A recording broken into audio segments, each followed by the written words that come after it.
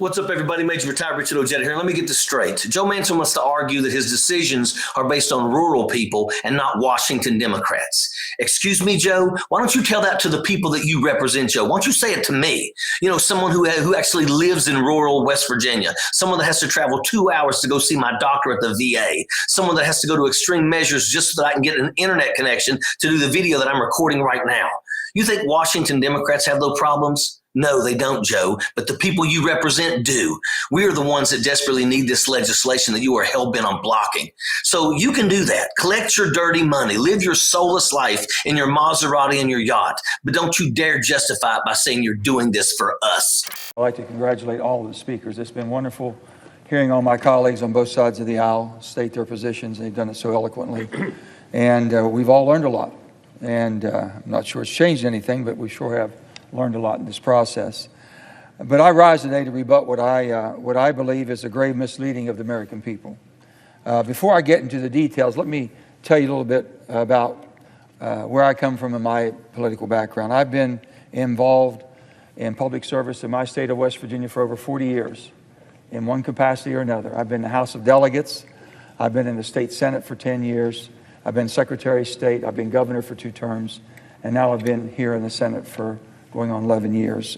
Joe Manchin, you betrayed the state of West Virginia. You betrayed America. You betrayed the party that you've served under for the past 40 years. You turned your back on everything. And for what? What's the goal, Joe? Because, you know, we would really like to know. It seems like the only people that do well in the state of West Virginia seem to always have the name Manchin attached to them. Who is it exactly that you're serving, Joe? Because it sure ain't anybody here in this state. I live in West Virginia, and I see poverty here at home that is unmatched almost anywhere else in the world.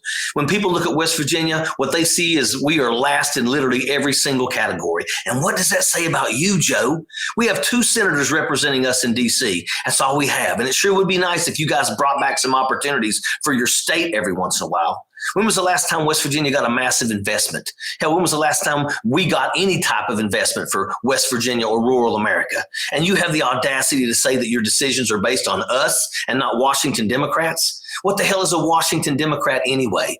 Can somebody translate that one for me? I didn't realize that we were now classifying party affiliation by region. Now, I'm not done coming after you, Joe, not by a long shot. You're going to see my face everywhere you go in this state. You think that you're going to get away with selling your vote to the highest bidder, which in this case is the Koch Foundation, and we're going to stay quiet? Are you really that delusional? You know what, folks? I'm just getting started with this two-faced jackaloon. So if you want to see my thoughts on Joe Manchin, yeah, hit the subscribe button and stay tuned. Sappers clear the way, airborne all the way.